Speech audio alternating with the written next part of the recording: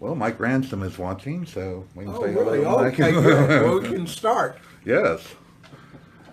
Here we are. Teen Town Topics.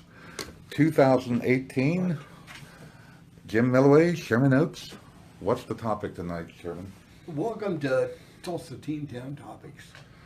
The topic tonight is, I'm not sure what the topic is going to be. Yeah, I hadn't really thought about that. I thought about what it shouldn't be, which is anything topical.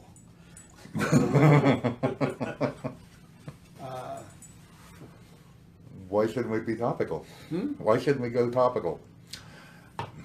There's too much of that. Yeah. Too much of that.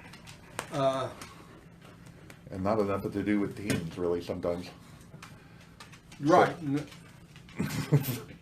So, I say we go to some trailers and get started. I would love to go to some trailers and get started. Sounds good. Oh, you mean movie trailers? Oh, yeah. Yeah. Yeah, here's the Teen Town topic. Teens, stay out of trailers, okay? Works for me.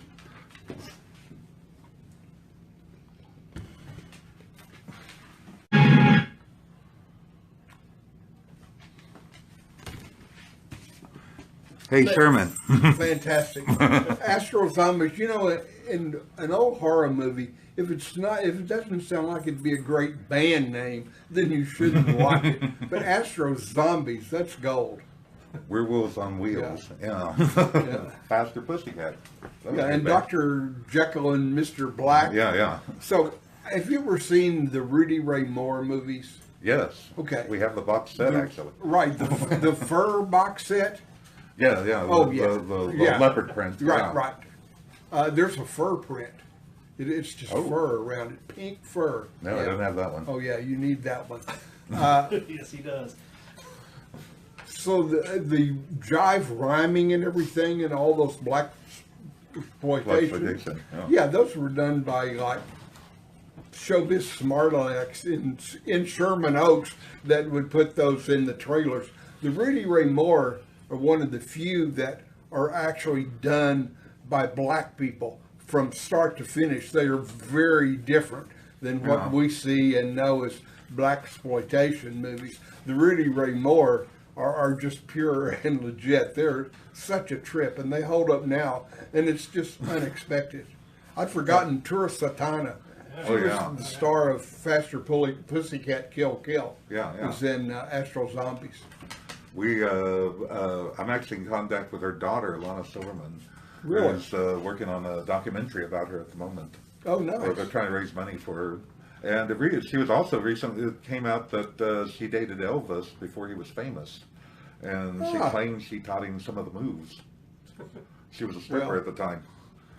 So, yeah. I'm sure she did teach him some moves. I don't know if they were. So, we wish we had a phone, but we didn't. So, did you hear about the fire at the circus? Yes, I heard it was intense.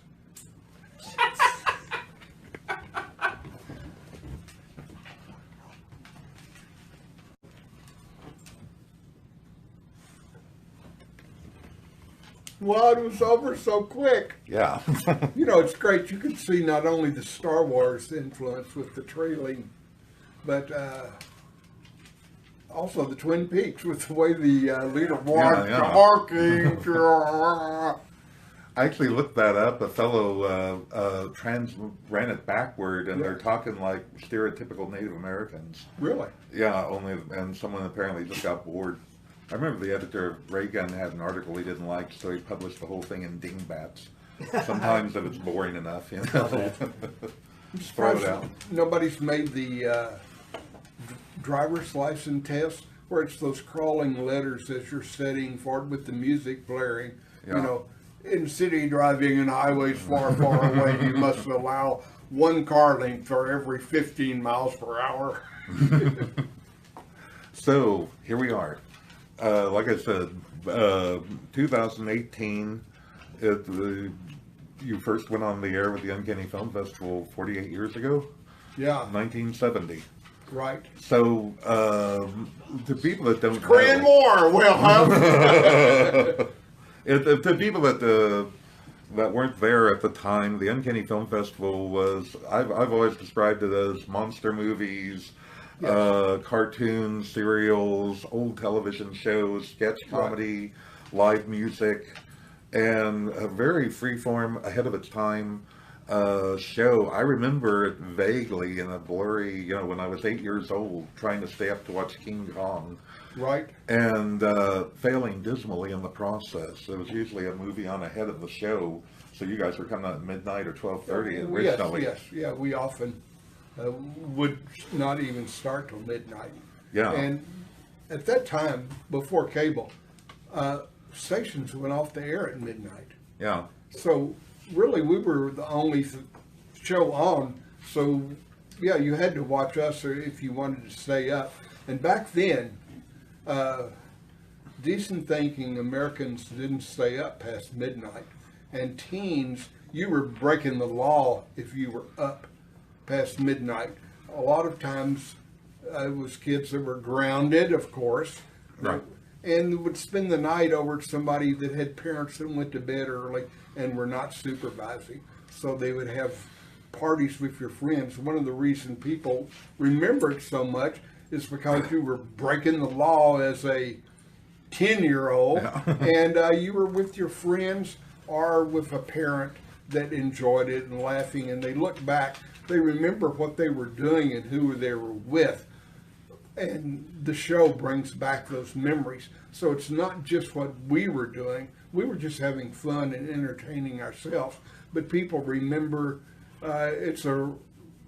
when you were 10, 12, 14 years old, you remember your friends and what you were doing and everything on a Saturday night. So that's one of the warm fuzzies that people have, that, oh, I love the show. Well, you loved your friends and family and what you were doing at that time and staying up late on a Saturday night, which, again, you weren't really allowed to do. Right. Well, how did you become involved? Because I know Sartain started with Gary Chu in the daytime movie. He was working there. We were at TU together. Okay. Hanging out together every day. He was studying art. What were you studying there? I was studying sociology. Okay. But we were just hanging out, drinking coffee in the student union most of the time. And that led to a television. And entertaining each other and with our friends. So. Right. But the idea of actually getting to be on TV was unbelievable. Right. I mean, everybody thought, oh, if I could have a TV show. But yeah, it was now like the YouTube, and anybody that's watching, hey, there's nothing stopping you from doing what you want to on that. Just like Wilhelm Merg here, he decided he wants to do it. So learn as you go. There's nothing stopping you doing, and that's what we did. But we're incredibly lucky. So we were thrilled. It was like a dream. It was like magic to be able to be on TV. And I don't know if you get that feeling, but I hope you do. It's like looking back, it's like magic. I can't believe I'm doing this. And part of it was the kind of seat of your pants production that you guys did. I know sometimes you guys showed up and nobody wrote a script for that week, right? Right. That's how you came up with Toe-Headed Boy? Was that a... Well, right. Often, the hour before we went on the air, we would come up, oh my gosh, we don't have anything to do. What are we going to do? Right. It was magic. You're very lucky to have an artist with the talent of Gailard Sartain. Oh, I know. On hand. Right, yeah. So Gailard was the artist with the sensibility, and he did the sets and everything, some fantastic stuff, and the artwork was great. And Gary Busey was just pure energy, as he is today. And where did he come from? How did you guys meet him? He went to Rogers, okay. And we had some mutual friends, and he was out in L.A. trying to get started in show business, and had a few bit parts on That was interesting. he was the last person killed on Gunsmoke. Wow, I didn't know that. Yeah. So, but he would come back to town, and then he had a chance, a job opportunity. He'd go out to L.A. So, yeah, it was destiny. Well, But yeah, Gary's unbelievable and just pure energy. And he can only go for about 18 hours. Yeah. So and he wears down. But let me tell you, after a day with Gary, like you're physically exhausted. I can mean, imagine. and you just fall in bed. It's like you've been up at a sporting event drinking in the stands all day. It's like you're just exhausted. And sometimes you probably were in a sports stadium drinking Yeah. all day, right? So as the thing evolved, I mean, I remember the early Dr. Mazeppa Papazoili when he wore the Right. hat and the gloves and all that, and it evolved into something a lot more different. Added other characters. And was it that Dr. Mazeppa Papazoili was trying to be more of a traditional horror movie host? Right. And then Yeah, you just that dropped was- that by the time you got to Channel 8. Or No, there was still, but it wasn't as full costume. right. And All artists streamline, Will. yeah. So yeah, we really streamlined down. That's And next. and here's what we would do, and here's how improv works. Okay, spoiler alert: you come up with a character, you name that character a funny name, and you think about what that character's life situation is, what he does, what his weaknesses, what his strengths are, and it's based on a bunch of people you know or have seen out on the street. But you come up with that character. Once you've come up with that character, then everything you say and everything he does is perfectly natural. So in improv, you come up with a situation, you come up with the character, you put him in the situation with somebody else who's a character, and then the comedy, if you really know your character, then it's perfect. You don't have to write it. Yeah. It just starts up. So how many of those were written and how many were improvised? You can probably tell the ones that are written, Yeah. like the commercial spiels. Right. If it's a long piece of A dialogue, potato. yeah. If it's a long piece of dialogue, then it's written. Right. Yeah, and it's read off of cue cards, probably. But if it's just real quick characters interaction, one of the things is, oh my gosh, what are you gonna do? I know what we'll do. It's carnival barker, okay? Gary, you're the carnival barker that's trying to lure people in to see the sideshow, and Gailard, you're the kid from Nowata who does bird imitations that it wants to bother the barker while he's up there with the microphone talking to the crowd. You want to see if he'll let you up to do bird imitations. Yeah. So then that's a situation, and then what unfolds with that is the character of the brusque all business carnival barker and the real shy kid that is going to do the bird imitations. That's going to do. I do a quail. Yeah. I don't know if I can really. I do a quail. So the interaction between the two is just funny. Yeah. So when you were the mask, Right. that was I remember those masks when I was a child, and I always TG&Y. yeah, yeah, exactly. Yeah. It's you should never. Those are collector's items now. Yeah. As any Native American knows, you should never appear on television unless you're wearing a mask, because the TV camera can steal your spirit. That's good. Yeah. Unfortunately, you left yours at home tonight. The irony from that was that the TG&Y, because I looked almost exactly the same with the mask Right. as I did without the mask.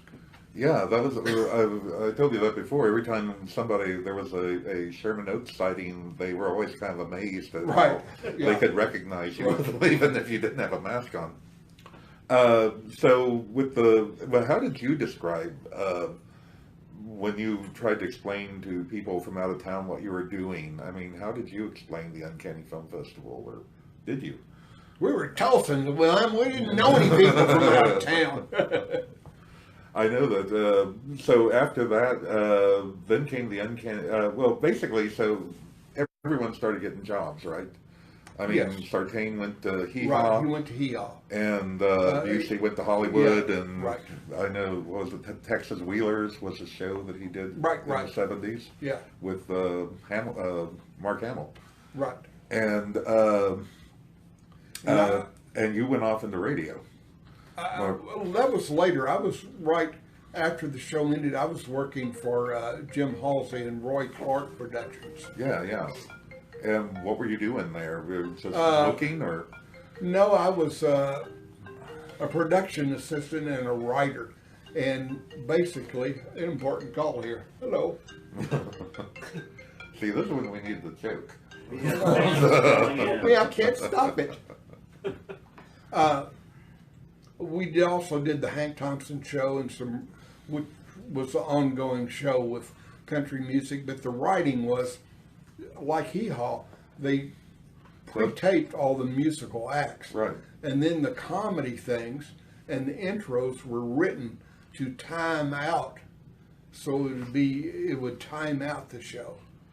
So Yeah. we recorded the musical acts first, which was what I was doing, the Hank Thompson, and then I was writing. But you need a 27-second intro, and you need 42 seconds. So Hank needs to make a little joke or a little homily kind of thing in the introduction.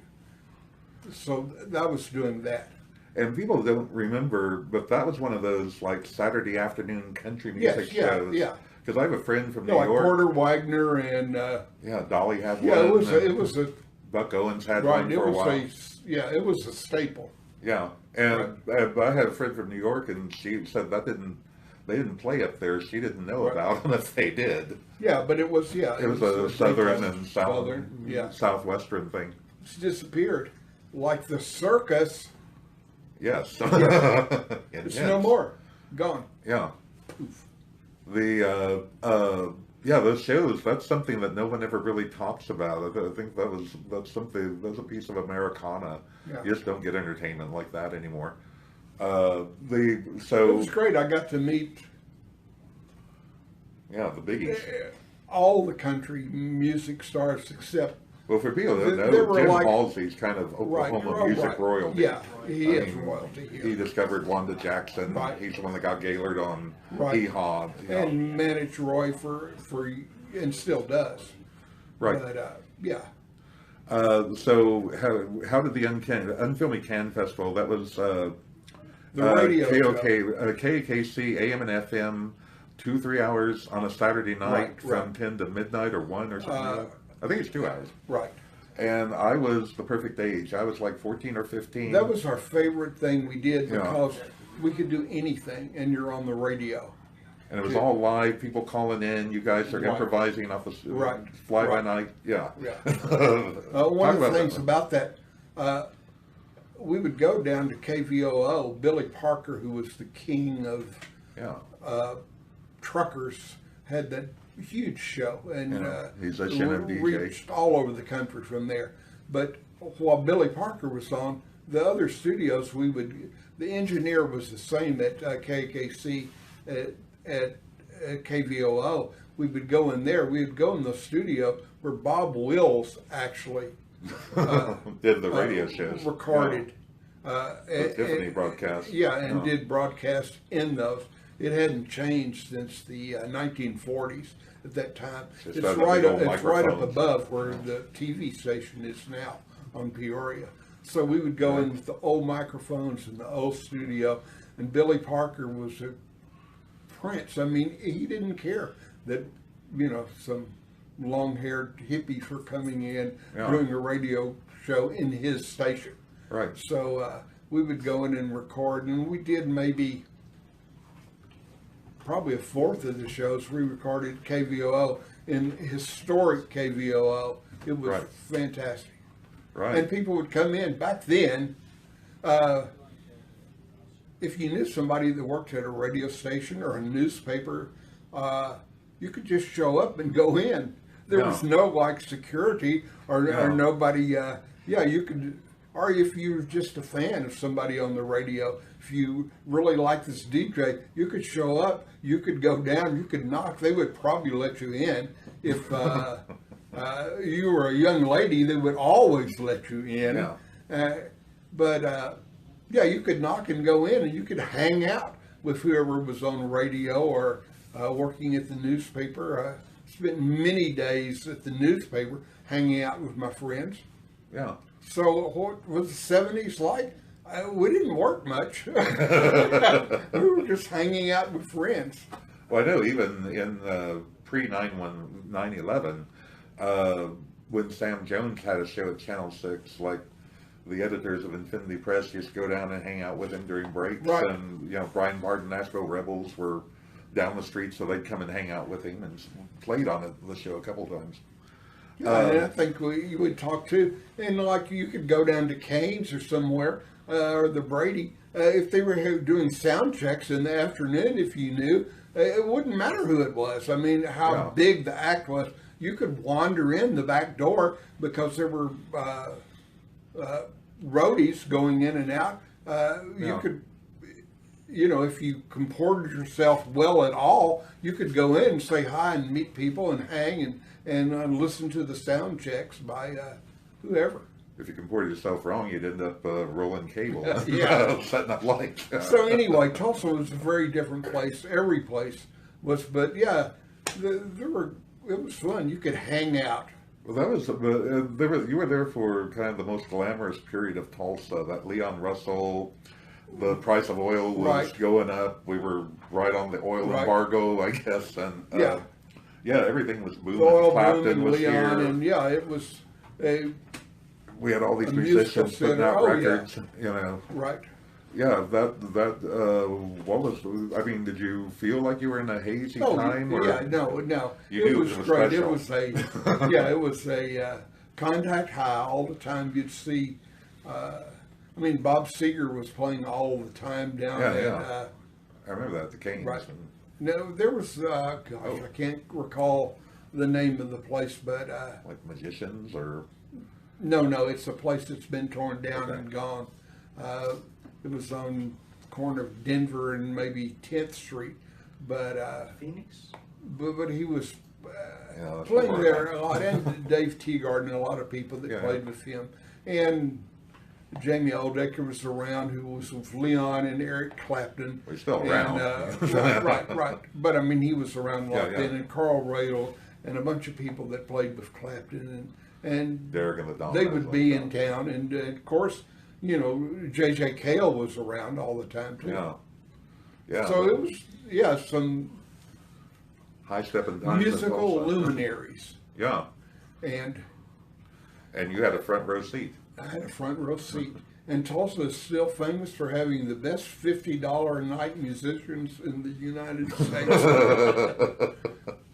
So there are a lot of luminaries that are playing that you can go see now. John Moreland being right at the top. Yeah. You ended up on KMOD at one point. I did. Morning Morning Zoo. Drive. KMOD. Yeah, I do remember that from college. I think Yeah. I had so much on my mind at the time. I have a vague memory. And that led to the Creature feature group. It was. I worked with Jeannie Triplehorn there, and she went over to Channel 23 and did the TV show. She was still DJing at KMOD. KMOD. Yeah. It's Jeannie Summers. Yeah. Jeannie Summers. Yeah, she was at TU right when I got there. She was leaving. So the Groovy Movie. Well, tell that story you just told us ahead of the. No, that's. Well, I mean, but you cleaned up the controversy because I've had arguments with people before the internet over whether it was the creature feature Yeah, or the Groovy it Movie. started out the creature feature. Another TV station in the big market was launched that name, although Channel 23 had the rights to it, so they had to buy us out for a big settlement, which the station, I say us, but the station And then you bought became out, the Groovy and they Movie. changed the name to Groovy Movie. I like Groovy Movie a lot. I like that a lot too. Yeah. I find it hard to believe that you copyright creature feature. I mean Yeah, it was that's an trademark. old Yeah, that's an old trademark. term though from way back, wasn't it? I You don't know, I know I'd heard it before. right, I don't think anybody probably heard it before Rocky Horror. Oh, good point. I would, yeah, all right. You convinced me. Right. So the creature feature, you're with Steve Pickle. You said he's now working in media. I'm sorry, who? Steve Pickle. Steve Pickle, yeah. He moved to North Carolina and was a program director, and he was a director too at the station. And so, what was that like compared to the Uncanny Film Festival? I mean, you had different people, you had different situation. It was the same kind of concept, but the movie package was not so crazy that we really were lucky with. And Gailard picked the movie package of the Universal horrors and everything, and the Busby Berkeley's, which Right. which would have never shown here, which was a great package. But I remember watching those at 3 a.m, trying right, to figure right. out what was going on. those are That's still 9 years old. really trippy. Yeah. To see those. And the creature feature, you're doing more 70s, like not Italian, but European The Hammer. horror, Hammer, and that kind of Hammer stuff. and European horror. It still was mostly horror, but Yeah, not the campy old not the campy stuff. old. And- But there were a lot, there were large, a lot of young people had never even seen those movies. They'd Right. heard about the movies and read the monster magazines. So to actually get to see the classic movies that started it all Yeah. was a treat. Well, this morning I was thinking about it, and I remember the way 23 at that time was promoting, because UHF, most people don't realize, was kind of a mystery to us. Right. We didn't have a UHF channel until the late 70s here, Right. and so we always had this dial we were playing with, but never knew what it was. And At that time, it was the rise of cable, though. Yeah. So well, but a they were, large portion of the city had cable. but the 23, they were trying to get noted, so they used you basically, and I think before you, they did like Gorilla at Large in 3D. I remember that was Right, a big promotion, and they were trying to basically get people to understand what to turn to the dial to VHS, right? Huge. Or UHS, I mean. Right. Yeah. No, it was. Yeah. Well, I kind of feel like we're using you the same way. We're trying to teach people how to use YouTube. Well, that's a good You analogy. know. I see exactly what you're saying. I agree with you. Yeah, because now I think people are still trying to learn YouTube and Yeah. haven't quite figured it out, So with the Groovy Movie, you said that came to an end because they wanted to start putting in syndicated stuff or network stuff, right? Right.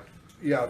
It was Fox took over at that, and Fox still, they only show network programming till 9 o'clock Yeah. at night. But then they had movies they wanted to show, and at the same time, at all their affiliates, so they could sell big sponsorship package. Yeah. So you could sell to Pepsi Cola rather than Greer's. furniture guy here. Greer's Records and Tapes, Starship. Right. Yeah. Mr. Ransom pointed out that there was a UHF channel in the 50s here, KCEB. Really? I wasn't aware of that. I wasn't either. I wasn't here in the 50s either. I wasn't here, period. I wasn't anywhere in the 50s, actually. So I was born in 61. And then after that, you basically went into private life? And I went into, business. obviously made more money at that than you did doing Right. Groovy Movie shows Right. and that kind of thing. but I'm sure you missed it too, right? Yeah, but I got to do it though. It was. Yeah. Well, I mean, I think of. I can't tell you as a young, like 12, 13, 14-year-old, the idea of ever being on the radio or ever being on TV was just. Yeah. It was just a dream. Oh, if I could just do that. Oh, I know exactly what I would do. What programming we would do. What music I would play. That was like a teenage dream at that time, to be on the radio, to be on TV. So we were so thrilled to do it, and it was like magic, and just like YouTube, except now there's nothing stopping anybody from doing it. Yeah. And the crazier the idea, the more apt you are to get on, to get an audience. Yeah. The Jackass guys are still, throwing themselves off of buildings and things. Right. But forget learning. Doing is so much, more important than learning. So doing, learn as you go. That was the inspiration I took from the Uncanny Film Festival and the Groovy Movie. Like I said, the seat of the pants. But As Gailard, just get out there and do it. Gailard said many times to people, that we were very inspirational, because people would see our show and they would say, damn, I could do that. Exactly. So then they did go on to do that. I did that when I read Breakfast with Champions by Vonnegut, actually. I could do that. And looking back on it, I mean, do you realize how precious this was to people in Tulsa? I mean, it's really a fuzzy memory. But let me tell you that what people remember are those Saturday nights, and we're just the trigger for those memories of having a good time. But you remember your dad or your mother letting you stay up. You remember the slumber party with your friends. You remember the viewer enhancement you were doing that you weren't supposed to be doing. So that's where the warm fuzzies come from. And we trigger those memories, and we were a big part of it, which.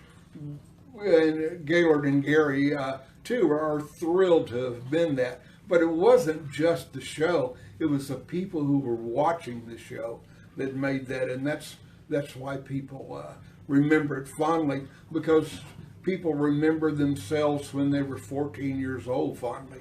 Yeah. Well, that's it. Not all of it, but the good times were so good.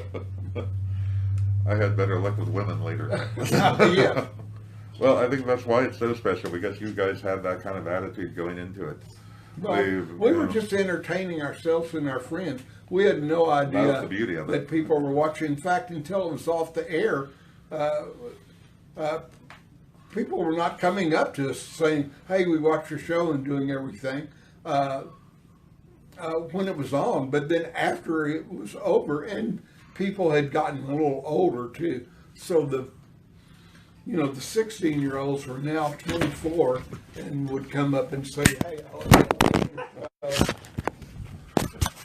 We're still alive.